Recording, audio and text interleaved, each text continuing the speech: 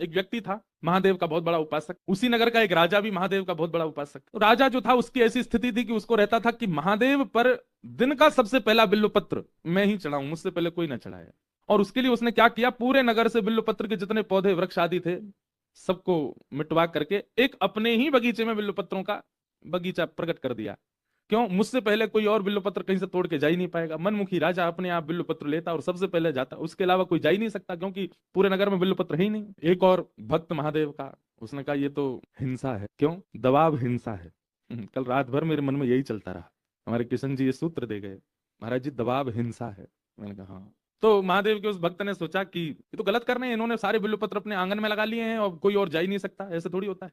तो उसने शिव महिम्न स्तोत्र का पाठ करके इतना पाठ किया, इतना पाठ किया, और महादेव से उसने कहा कि हे नाथ, मुझे अदृश्य होने की शक्ति प्रदान करो। और महिम्न स्तोत्र के पाठ से उसको यह प्राप्त हो गया, अदृश्य होने लगा। अब आप प्राप्त करोगे तो मिस्टर इंडिया नहीं बन पाओगे।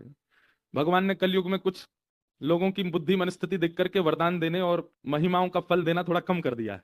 तो शिव महिम्न स्तोत्र का पाठ करके उस महादेव के उपासक ने अदृश्य होने की विद्या सीख ली। अब वो क्या करता, रूप धारण करके सैनिकों के सामने चलता फिरता जाता और राजा के बगीचे से जाकर के एक एक बिल्वपत्र उखाड़ने लगता। सैनिक जैसी तलवार लेके उसके पीछे भागते और जैसे ही मारने के लिए जाते सो अदृश्य हो जाता और सारे बिल्वपत्र तोड़ करके राजा से पहले महादेव पर अर्पित कर देता।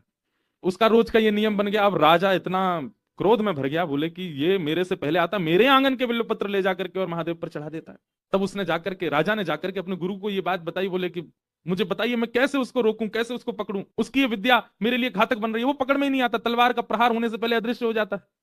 तो गुरु जी ने उपाय बता दिया, बोले निर्माल्य पर उसका पैर अगर पड़ गया तो उसकी अदृश्य होने वाली शक्ति खत्म हो जाएगी। राजा ने यही किया, शंकर जी में खूब सारे बिल्वपत्र चढ़ाए, अभिषेक आदि करके सारे बिल्वपत्र ले जाकर के सारे बगीचे में फैला दिए। दूसरे दिन जैसे ही वो भक्त आया, वो तो अदब से आता था सबके आगे, जैसे ही सैनिक उसको मारने जाते सो अदृश्य हो जाता।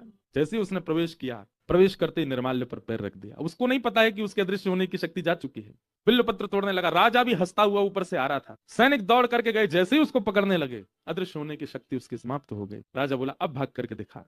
तलवार निकाल करके राजा उसका सर धड़ से अलग करने आया। उसने नेत्र बंद करके महादेव से प्रार्थना की, हे महादेव, मैं कोई पाप नहीं कर रहा हूं, केवल एक राजा जो हठ पूर्वक पूरे नगर के बिल्वपत्रों को हटवा करके अपने आंगन में लगवा लेता है, उसको केवल सिखाने के लिए मैंने ये क्रिया की। मेरा कोई इसके प्रति अपराध नहीं, अपराध हो तो मुझे दंड मिले, और यदि मेरा अपराध नहीं है तो आप मेरी रक्षा करो। उसके मन में विचार आया, जिस महिम्न स्तोत्र ने मुझे सिद्धि प्रदान की, आज वह सिद्धि चली गई तो पुनः महिम्न स्तोत्र से आ भी जाएगी। और राजा जब तक समीप आता उसने पुनः शिव महिम्न स्तोत्र का पाठ किया। और जैसे ही राजा तलवार प्रहार करने लगा, स्तोत्र का पाठ पूर्ण होते ही उसकी वह शक्ति पुनः जागृत हो गई, फिर अदृश्य हो गया और फिर वहां से चला गया।